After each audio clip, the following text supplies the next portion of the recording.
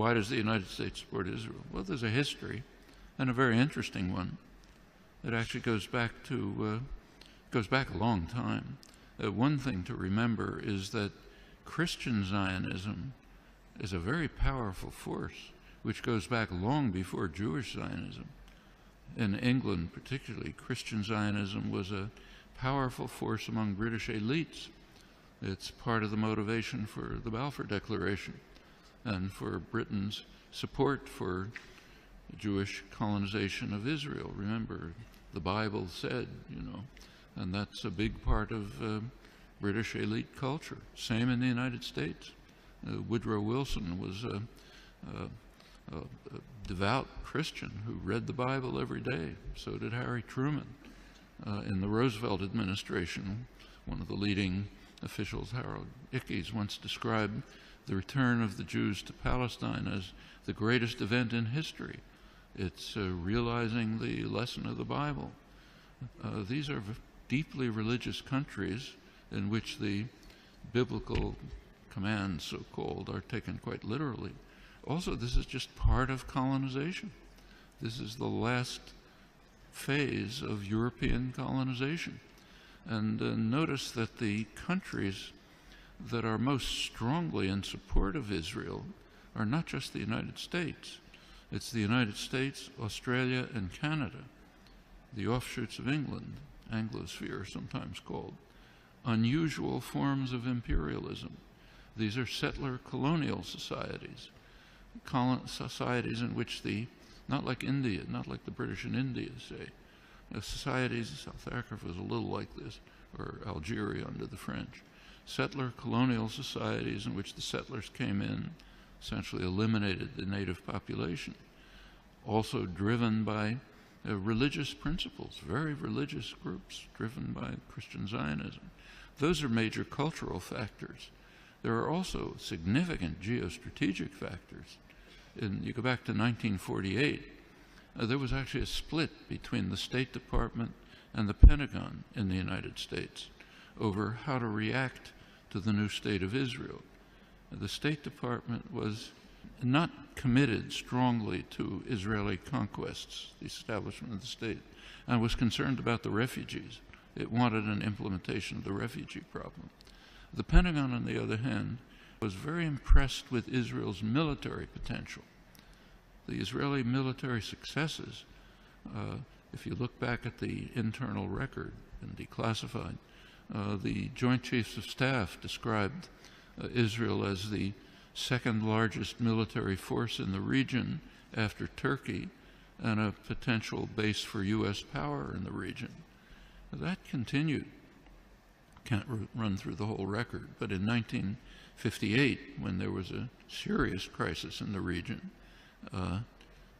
Israel was the only state that strongly cooperated with Britain and the United States, and it won plenty of support from the governments and the military for that reason.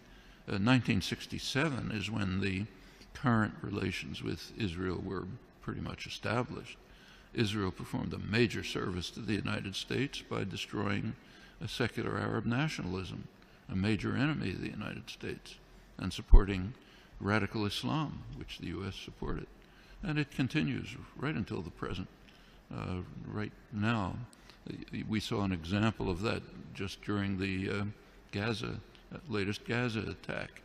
You recall that at one point, Israel began to run out of munitions during the assault, despite the fact that it's armed to the teeth. The United States provided Israel with additional munitions through the Pentagon. And notice where they were taken from. These were U.S. munitions pre-positioned in Israel for eventual use by U.S. forces. One of many signs of how Israel is regarded as essentially a military offshoot of the United States. Very close intelligence relations that go way back, many other connections. And the media tend to take up, to support the policy of the government with very few, kind of little questioning around the edges, but basically accept the policy. So, for example, take another issue. Take the U.S. invasion of Iraq. You cannot find the phrase U.S. invasion of Iraq in the U.S. media, though it was obviously an invasion, a blatant act of aggression, a textbook case of what the Nuremberg trials called the supreme international crime, cannot be mentioned. President Obama is praised as an opponent of the invasion. And what did he say? He said it's a mistake. It's a strategic blunder. We're not going to get away with it. That's the kind of opposition that you heard from the German general staff during Hitler's invasion of Russia. It's a blunder. Shouldn't do it. Should knock off England first. That's regarded as opposition. Same in Vietnam. There's now a commemoration underway, big commemoration of U.S. sacrifices in Vietnam.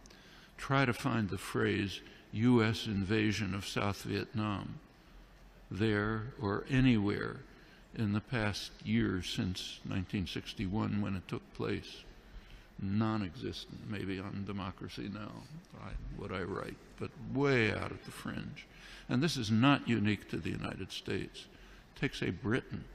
Right now there's interesting debates in the British literary journals, like the Times Literary Supplement, as to whether Britain should finally begin to recognize the genocidal, the word that's used, genocidal character of British colonization hundreds of years ago. Should Britain begin to face it? You can ask that question in many places. The tendency of the intellectual community to go along like a herd in support of state power, private power, is just overwhelming. Intellectuals like to think of themselves as dissident, critical, courageous, standing up against power. Absolutely untrue. You look at the historical record, that's a small fringe, and they're usually punished. The mainstream tends to be what was once called a herd of independent minds, marching in support of state power. Nothing new here. Unfortunate, you have to fight against it, not new.